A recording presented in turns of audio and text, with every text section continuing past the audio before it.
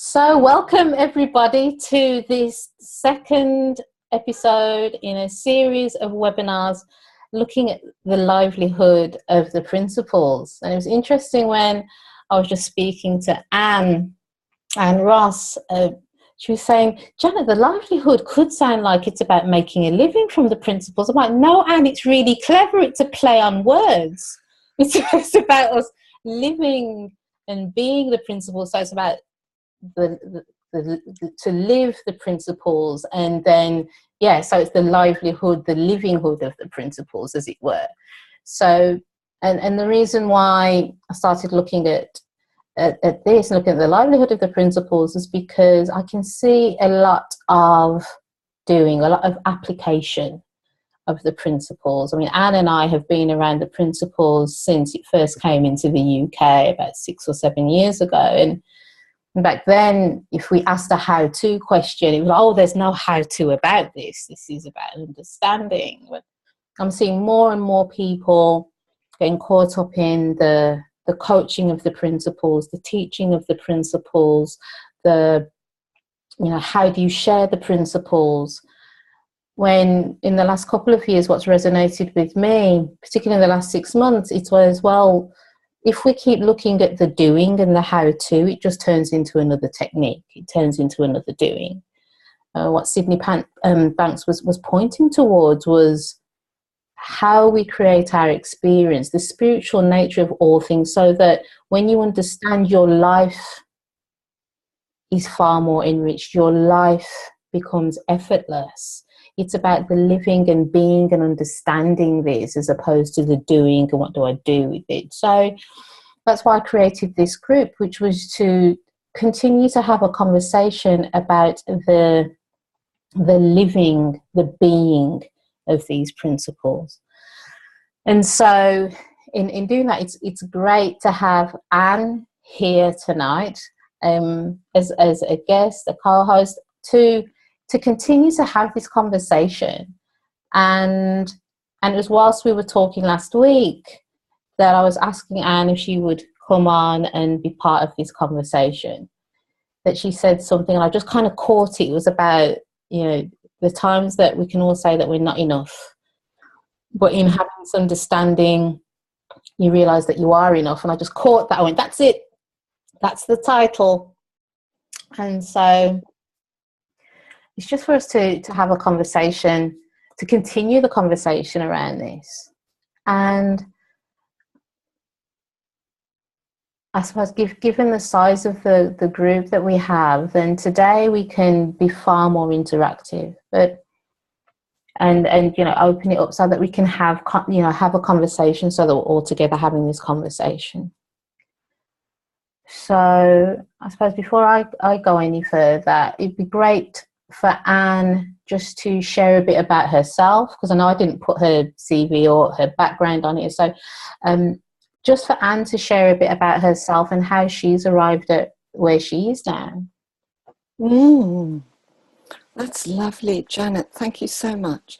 And thank you for inviting me on too. It's always a great joy for me to have a conversation with you.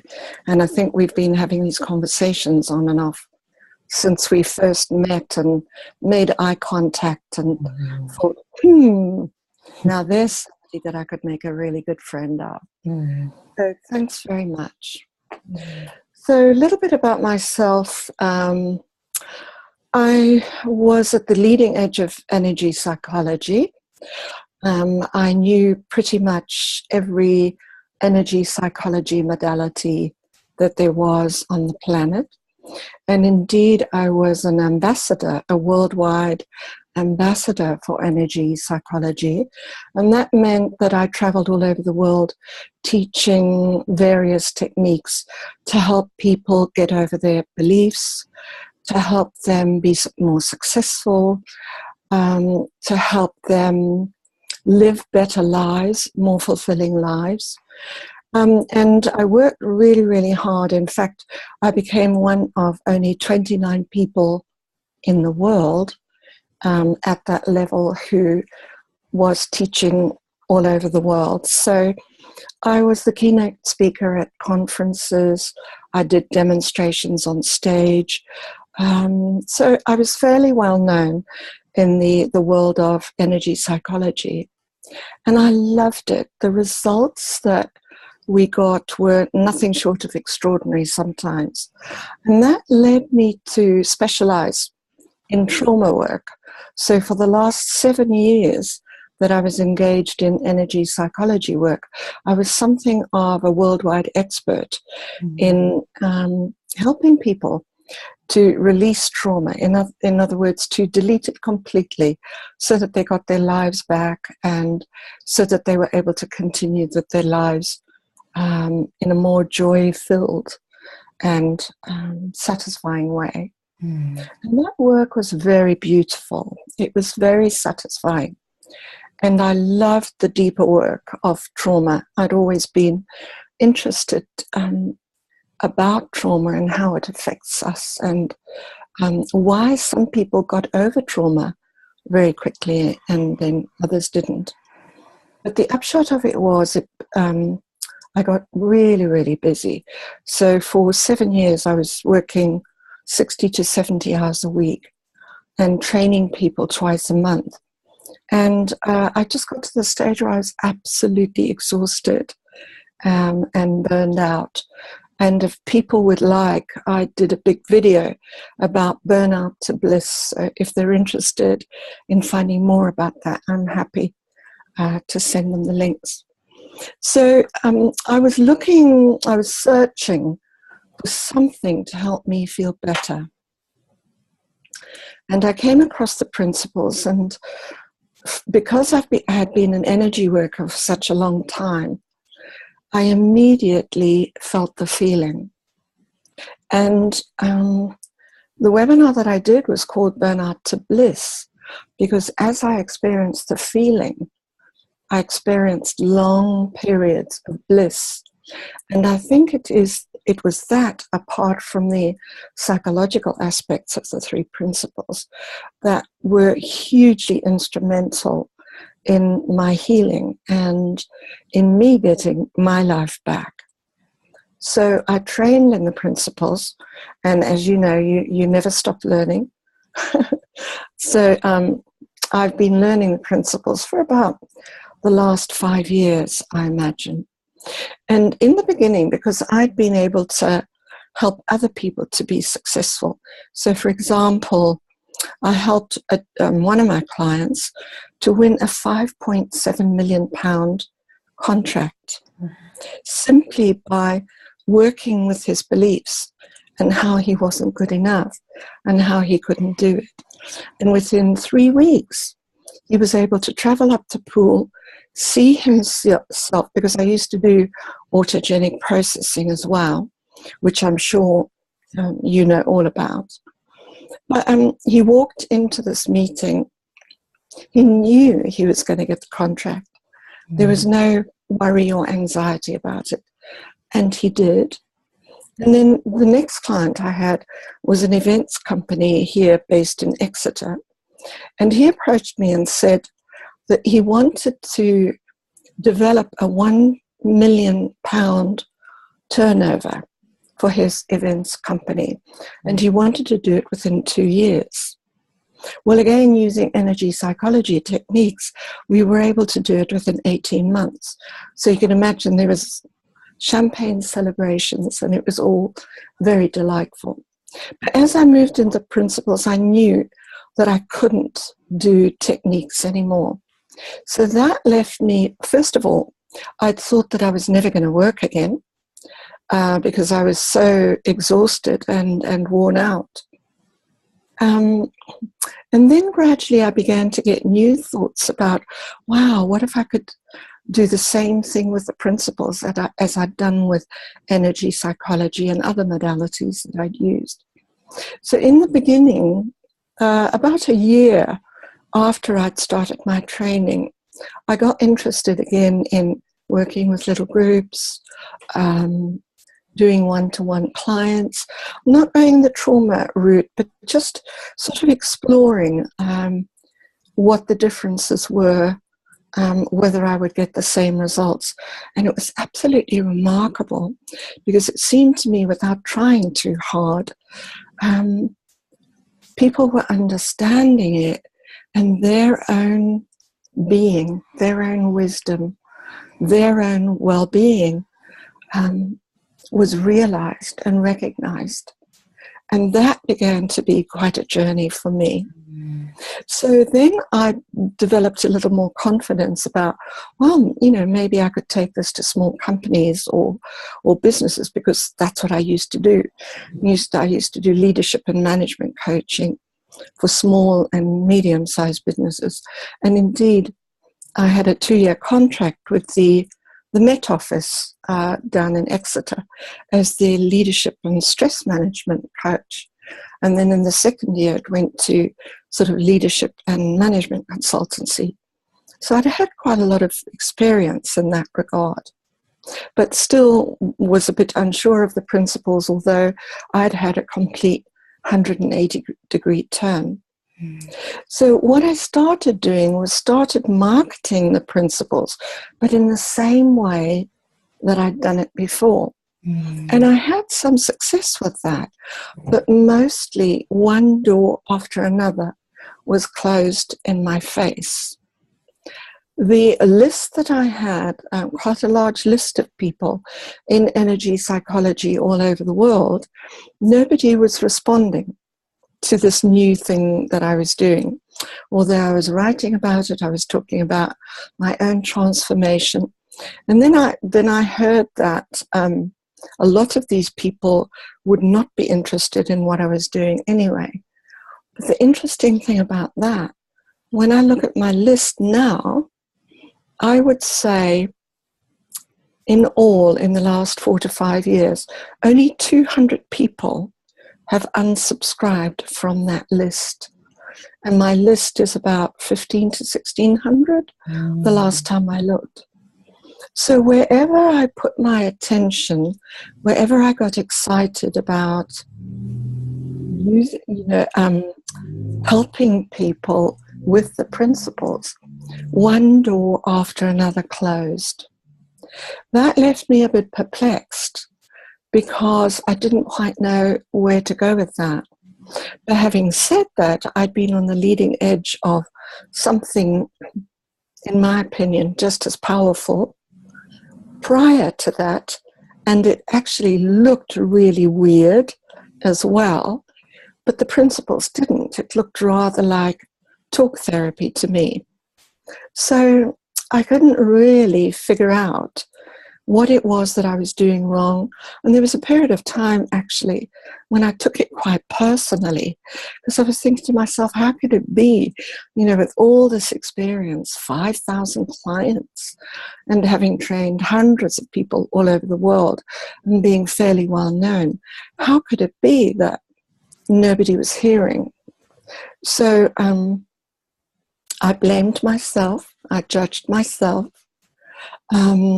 I was a person anyway that had the belief that I wasn't good enough from time to time. And actually that driver, I'm not good enough, drove me to be the best in the world. So it really worked for me in a way, but I couldn't understand why it wasn't working for me anymore. And what I see from that now was that I had no intention of being the best. And as we learn more and more about the principles, the ego starts to get more and more quiet. I know that a lot of people, I know that you've experienced that as well, is that our intention is not to be the best, because there's no best to be. So that belief began to fall away gently. And I just went through a period of time when I wasn't doing any marketing at all. But that gave me an opportunity to get out, because I'd been behind my computer for years and years and years, doing a lot from that. So I began taking longer walks. I gave myself more time. I was being mentored by the best principals, trainers in the world like Dickon Bettinger, Janet Chipman, Elsie Spittle, who've all become my friends, actually. And then my training was with Rudy and Jenny. So I went through a period of time when I was doing very little, actually, but that gave me more free time. Mm-hmm. So guess what? In this free time, where I was feeling blissed out, living quite fluffily, actually, being quite ungrounded, that's when people started to approach me and say, we noticed there's something different. What are you doing? What's happening? And that would give me an opening. Mm. And it would be so simple. So I'll explain how simple it was. One of my clients about 10 years ago is an accountant. She owns several accountancy businesses, one of which is in Dubai. Mm-hmm. And she's also an accountant for several really large companies. And I've been working with her on and off for the last 10 years. She said to me, I'm really interested in this new stuff that you're doing. Shall we have lunch? And of course we did. And of course, in my fluffiness, in my beingness, explained as well as I could what had happened to me, because I felt I wasn't qualified to talk about the principles per se, but just what had happened to me. She got really interested in that. And she said, do you know what? I'm the financial accountant for a large company in Exeter. Would you be interested in having a meeting with them? So I said, yes, of course, not understanding. And notice here, there was no attachment. Mm. I had no attachment to the outcome. I was just being open. I'd had so many doors closed. I thought, well, there's a possibility this is not going to work either, but let's just keep open and let's just give it a try. Well, I went to have the meeting with them, and it was a lady who was a New Yorker. And I love New Yorkers because they're straight and they're honest and they're congruent, and there's just nowhere, there's nowhere to hide with them. Mm. So I couldn't sort of stay in my fluffiness. So the HR director came in, and as soon as she sat down, she said, we don't have any budget for the next year for any coaching. So I said, no, that's fine. That's not a problem. I've just been invited here to have a chat. Well, literally within an hour, I don't know what happened, but this New Yorker lady, the managing director, asked me to come back again. She not only asked me to come back again, she asked me to create a proposal to work with all the people within the company that they were a bit concerned about, that were not pulling their weight. And as you know, it's really costly now to employ people, because you've got to advertise, you've got to interview, and then you're not really sure that you've got the right person. So there was immediately a job that landed in my lap without me even trying. And by then, I'd started a meetup group in Exeter. This was 2 years ago. To that meetup group, 3 people arrived, and I had some disappointed thinking about it. And I thought, well, I'm just going to carry on because I just love it so much. And if I end up with just one person in the room, that's okay too. Again, just notice the lack of attachment to any sort of outcome. I was doing it because I loved it. And I was doing it because I was so engaged in the conversation. And that was enough for me. Now, 24 months, I beg your pardon, later. Yeah, I just thought for a minute, oh no. 24 months later, the group is now 12, 13, 14, 15. Sometimes there aren't enough chairs. The Mm. room's getting too small. And guess what? The people that started to come in the beginning are the people that keep coming back over and over and over again. And so then I ran my own courses for a couple of years. But something miraculous happened again because I had no attachment to outcome. Because I'd been organizing courses for 16 years all over the world, I discovered that something that I found really, really easy, something that I didn't even think about, something that I'd been doing for a long time, it just occurred to me, do you know, I'd love to have Elsie come down to Devon for a weekend. So just out of the blue, I contacted Elsie and said, love you to come down and do a workshop with us in Devon.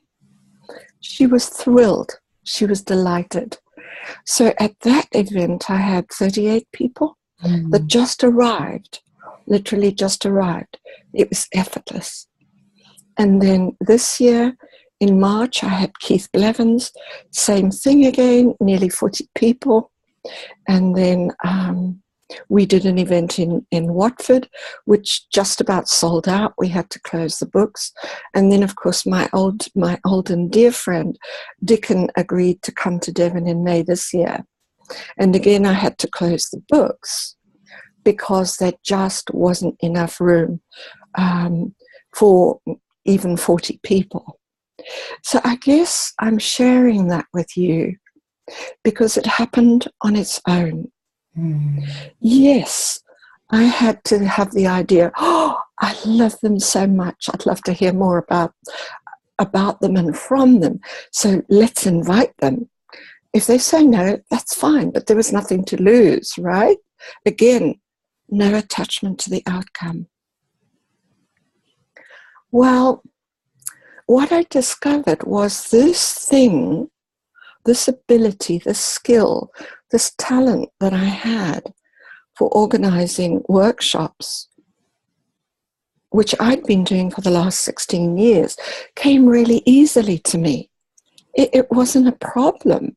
It wasn't a challenge. So I guess for people on the call, if there would be one thing for me to point you towards, that would be the one thing that's really easy for you. It's so easy that you don't even know that you're doing it. It's so easy that it's absolutely effortless. And I've just got a sense, the more that we can find what's easy, it's follow that, do that. Because what I also know is what comes easy to me is what I love.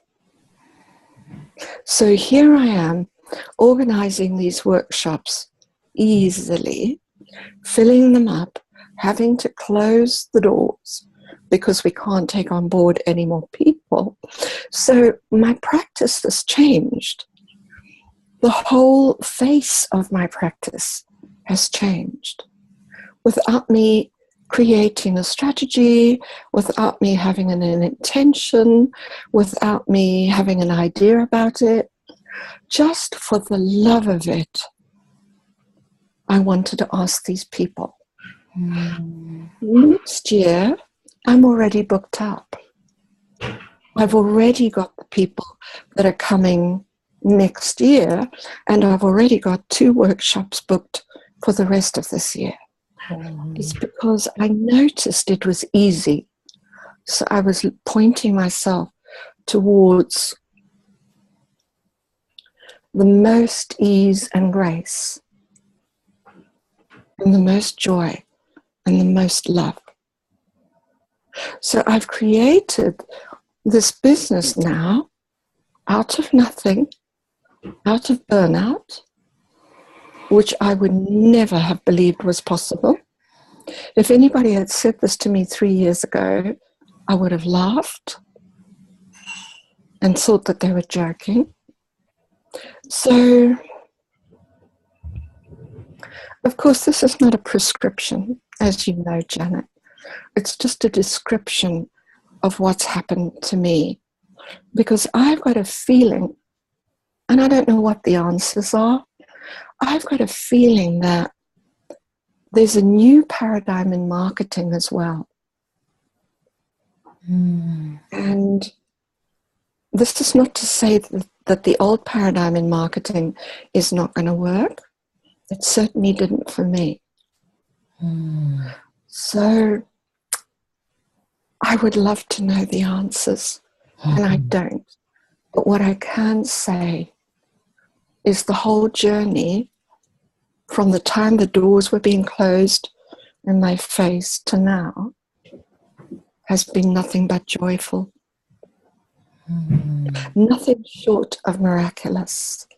And one of my mentors, Keith Blevins, I can remember saying to saying to me over a year ago, if you're not experiencing miracles in your life, you don't understand the principles.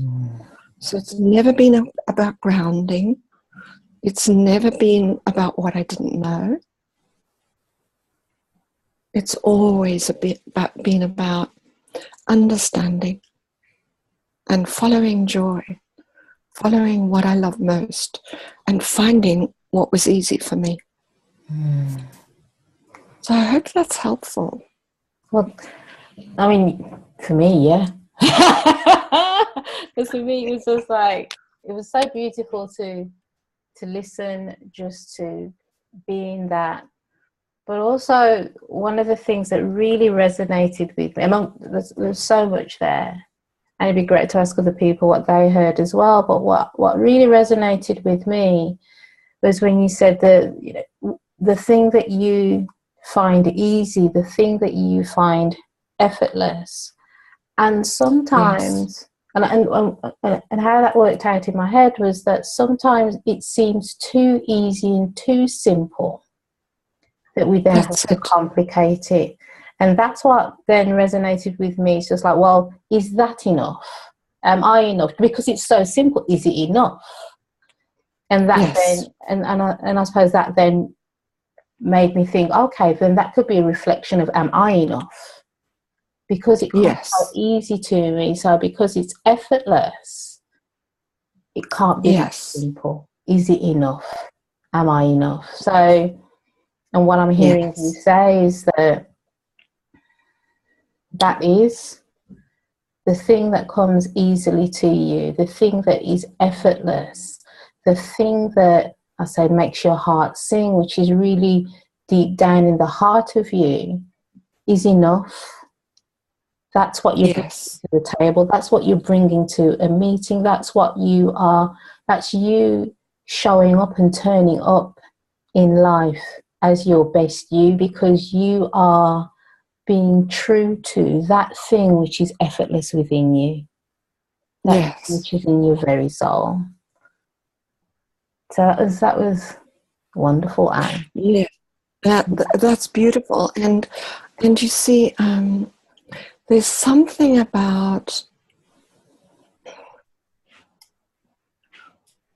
being in love. There's something about the principles that for all of us, I know it's not just me, I know everybody on this call has experienced this. There's something so fulfilling in the principles, because we are the principles. So it's not to separate it out. We're walking, talking, in action, doing principles.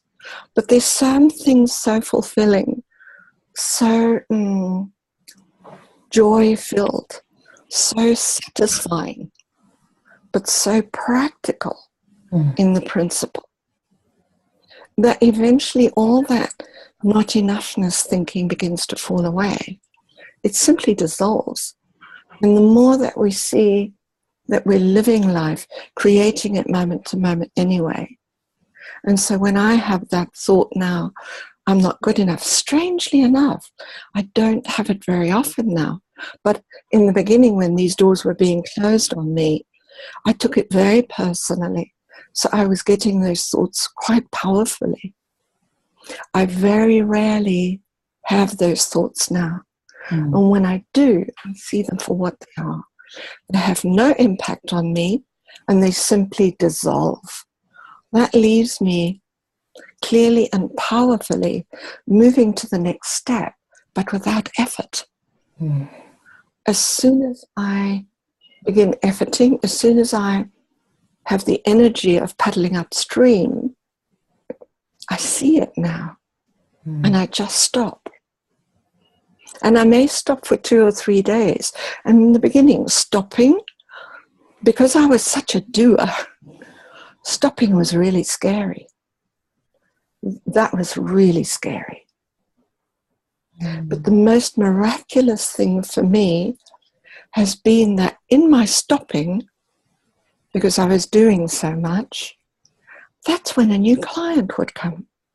That was when I was at ease, having a cream tea, going for a walk, talking to somebody in a line, waiting at the bank.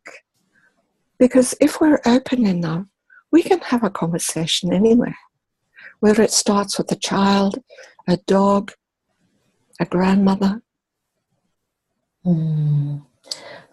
Well, I want to comment on that, but before I comment on it, I'm going to ask if anybody else has any, because we could just go back and forth, because that's what we normally do. Anne and I just go back and forth all the time. But I want to give other people who are on the call an opportunity to ask a question, contribute. What Anne said in the first half of this conversation, was there anything that it raised for them or that stood out for them? So, unmute yourselves if you want to and contribute and say something if you want to. If you don't, it's okay as well. I'm very happy to say something. Fabulous. Hi. Thanks, Lindsay. Hi, Anne. Hi, Lindsay. And Nice to meet you. And Anne, we've met before. At the Euro Coach conference.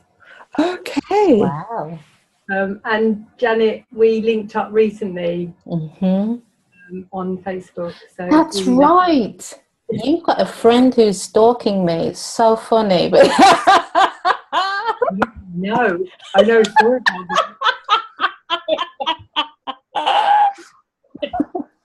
It's okay. We'll save that for another conversation. Well, that sounds fun. Oh, yeah, it has been. Yeah. And it's something that Anne said about, that Keith said to you about that magic happens, and the 3 principles are new to me this year, and it's like coming home. Yes. That's just how it feels. I'm home. Yeah. And it was amazing. I was on a course last week with Kimberly Hare. Oh, yes. And anyway, I kind of felt there is a kind of a different direction for me. Yeah. And so she actually gave me something to do, which I did. And of course, in the morning, something popped up.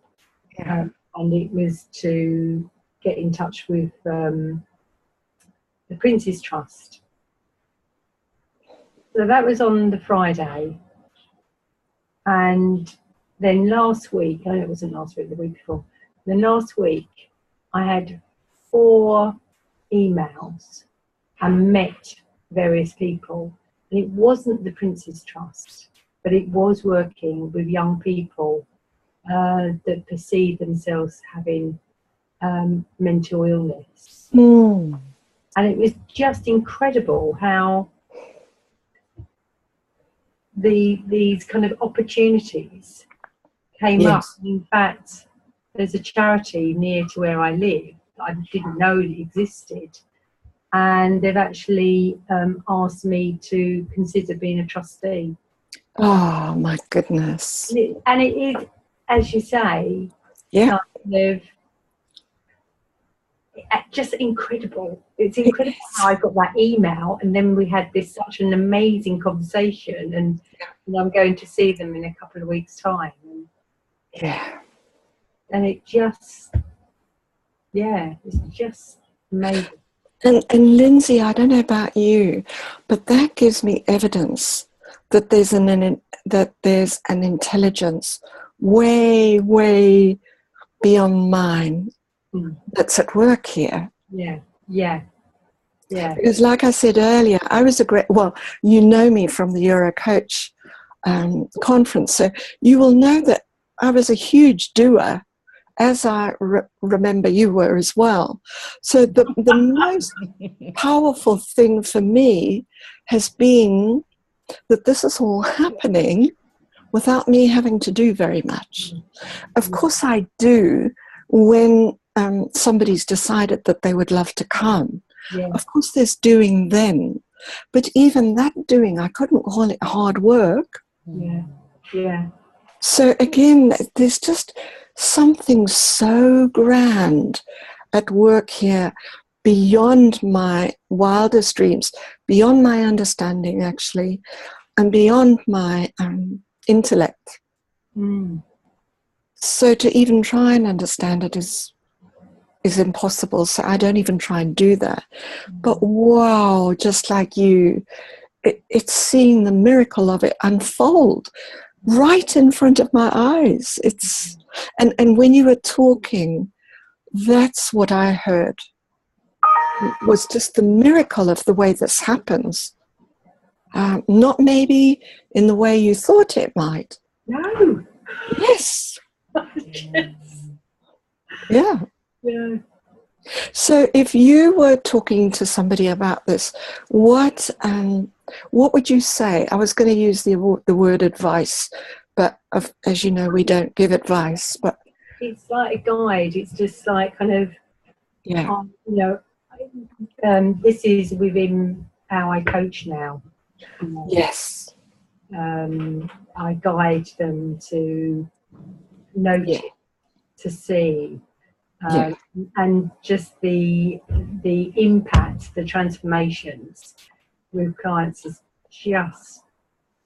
just fantastic. I know.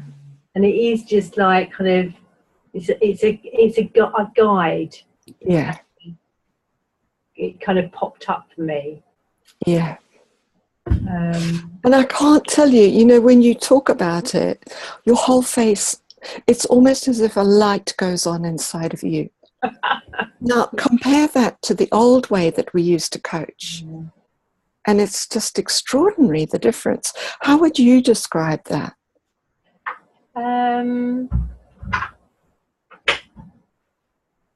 It's light. Yeah.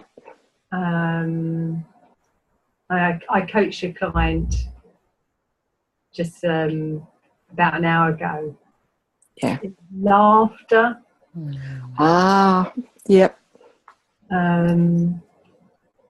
Just kind of aha. Yep. It is so easy. There's the word I was looking for. Yeah. I mean, it's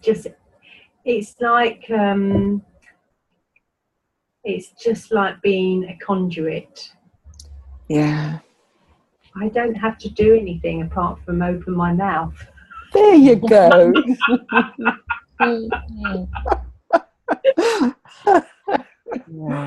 I'll get paid for it as well. No. Isn't it? It's like it's the best gig ever, isn't it? It's like the best gig ever. Oh, beautiful. Thank you, Lindsay. Thank you. It's lovely to see both of you. You too. And you. Steve, do you want to say anything?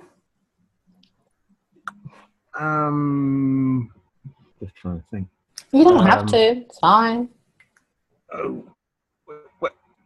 What Anne was saying about efforting. Just recognizing that efforting can really get in the way of a lot of stuff Yes, Steve. you would like to do. Oh, yes. Yeah. So, yeah, but yeah, everything gets in the way of new stuff coming in. It sure does. It just I suppose everything just locks you into this idea of this is the way that I'm going to do this particular thing. Yeah. And you can find yourself grinding more and more and more, doing the same thing over and over and over, which becomes more and more of a block. So I guess even if you get to the thing that you want, I don't think you probably enjoy it as much as you would normally if No. just going to be easy about it and feel comfortable about what kind of approaches you'd allow yourself to be able to get to that thing. Yeah, because we all keep thinking there's a defined path to get to something. Yeah. But there's always many different ways to get to a thing.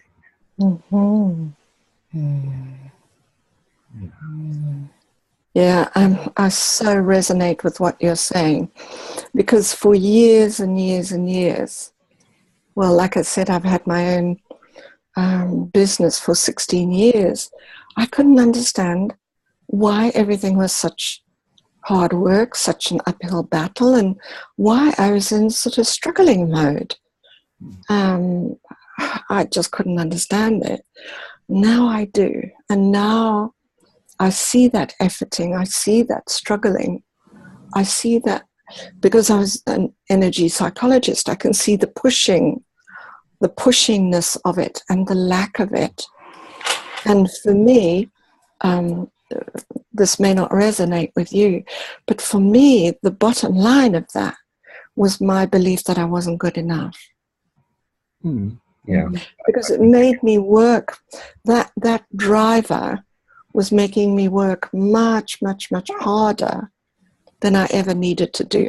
And of course, we come from, I don't know about you again, but we come from an environment that says that it's noble to struggle. It's noble to work hard. And that just isn't true, as you know. Yeah. It just occurred to me about the I'm not good enough. There's several ways that can work as well. Because it can be a thing of like trying to pursue something and it's really kind of, oh God, that feels really horrible. But conversely, it can be really paralyzing. Yes. Trying to think, well, if you're stuck in that sort of, am I good enough? Then yes, having that bravery to do whatever it is that you want to do just be too frightening for someone to actually attempt. Absolutely.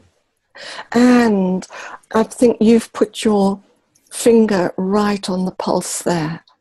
It's that kind of thinking that held me back all those years.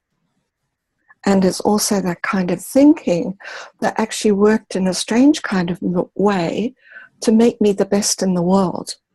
Because what I was trying to do was override my struggling. Instead of just surrendering to it and giving up and thinking, oh, well, I can't do it, I worked doubly hard to override the struggling to be the best. And so then, the wisdom is at work because I burned out. So now I see very quickly when I'm going into that struggling mode and I'm having struggling thoughts, or, like I said earlier, thoughts of paddling up a stream, because I know that that happens when I'm not in alignment with the principles.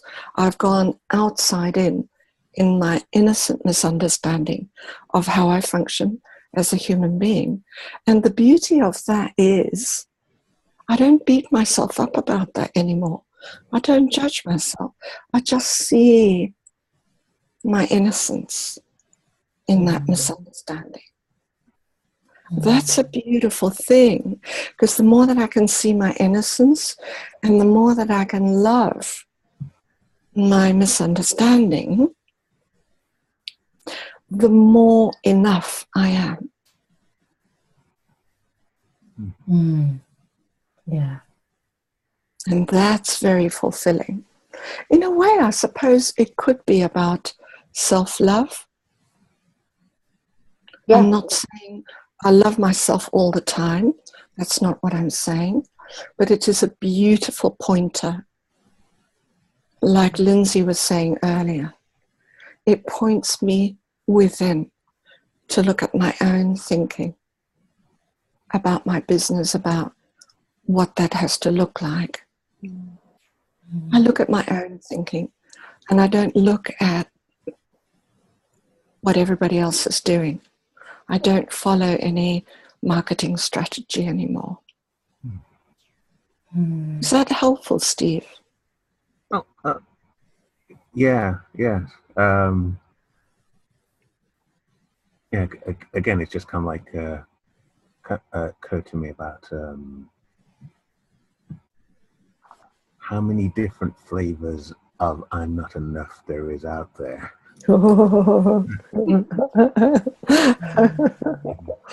Well, I can tell you that I've experienced them all.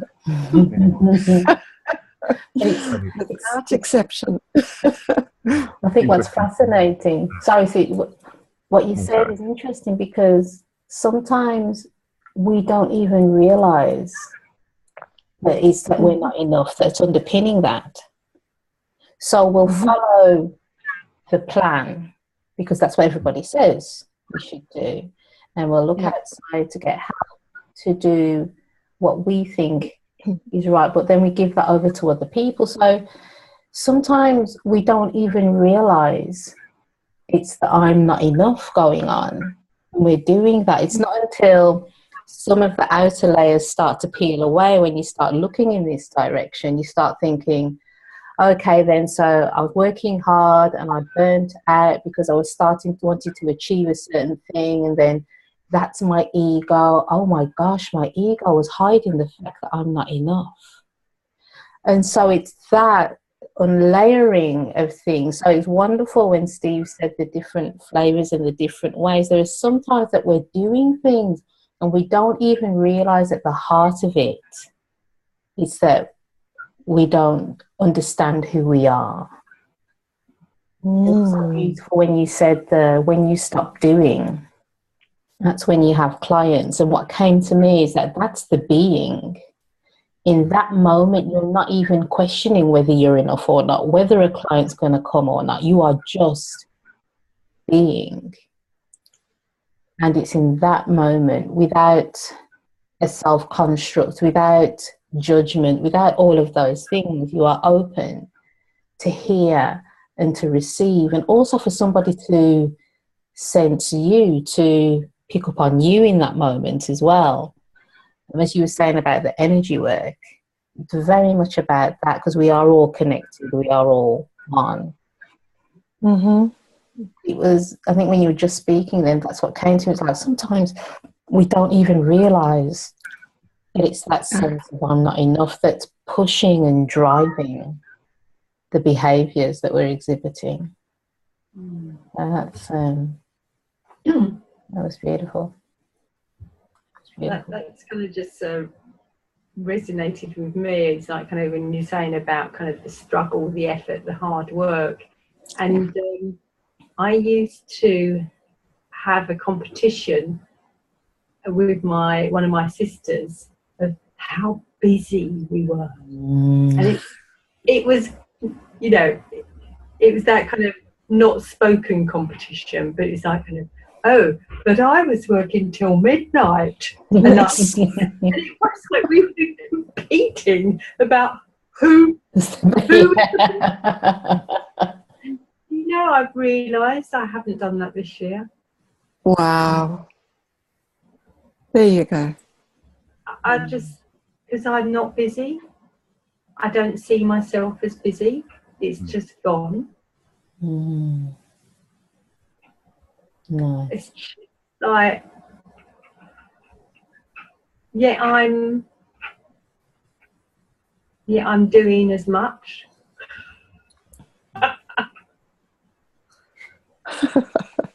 Not doing the hours. Yeah. You know, I'm enjoying going out for a walk. I'm enjoying sitting in the garden if I want to. I'm enjoying tidying up. And I'm enjoying just effortlessly writing. That was always such a struggle. And now it's just, you know, interesting. My last blog, I've had more comments of, oh, that really resonated and everything. And it was so easy. It was so easy to write. Nice. So guess what? It sounds like you found your easy. Oh.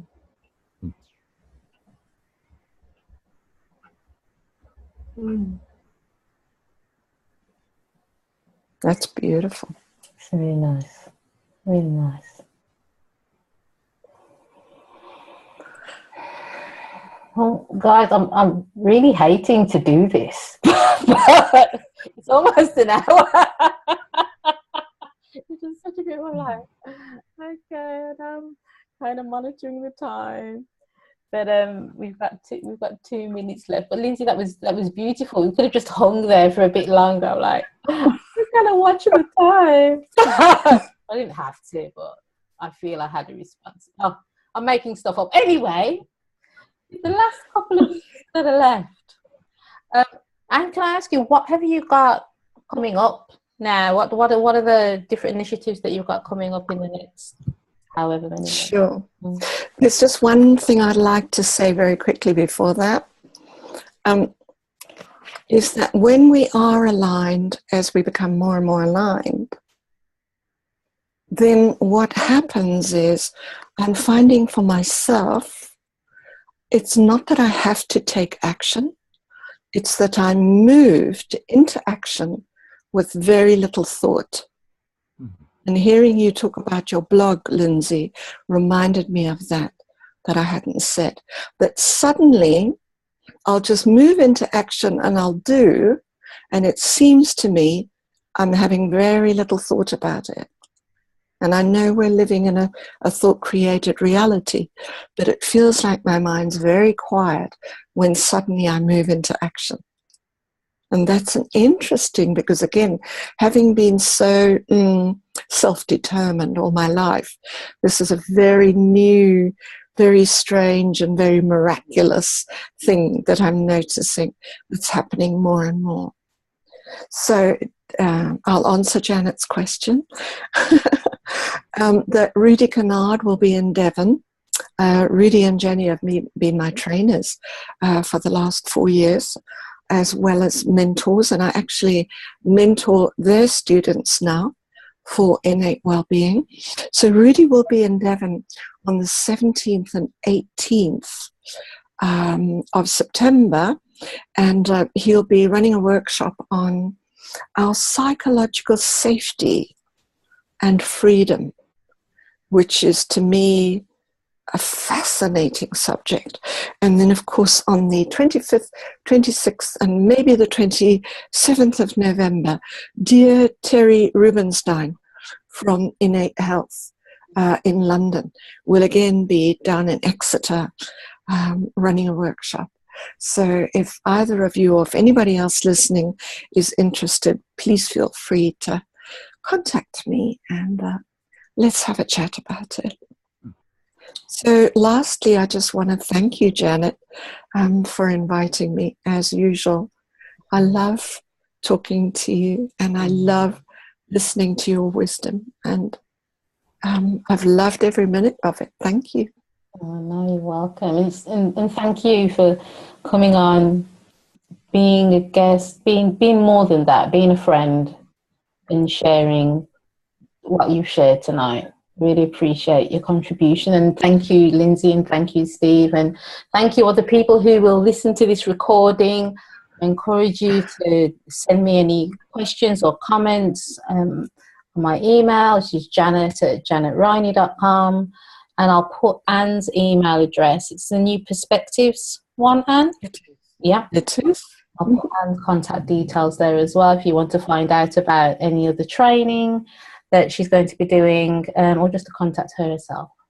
So thank you, everybody. Juanita, late to the party, as usual. Are you going? I missed it. Oh. Can you put the camera on as well so we can all see? The shame. Oh dear.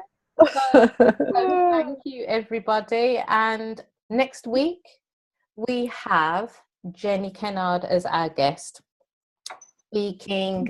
There's something that we've been talking about quite a bit, and it's about the essence of relationships. We're really looking at the heart of that. So I'll send a link out and have the page up, but join us again next week where we can talk more about living and being these principles. So take care, everybody. Brilliant. Thank you. Bye. Bye. Bye. Bye. Bye. Bye. Bye. Bye.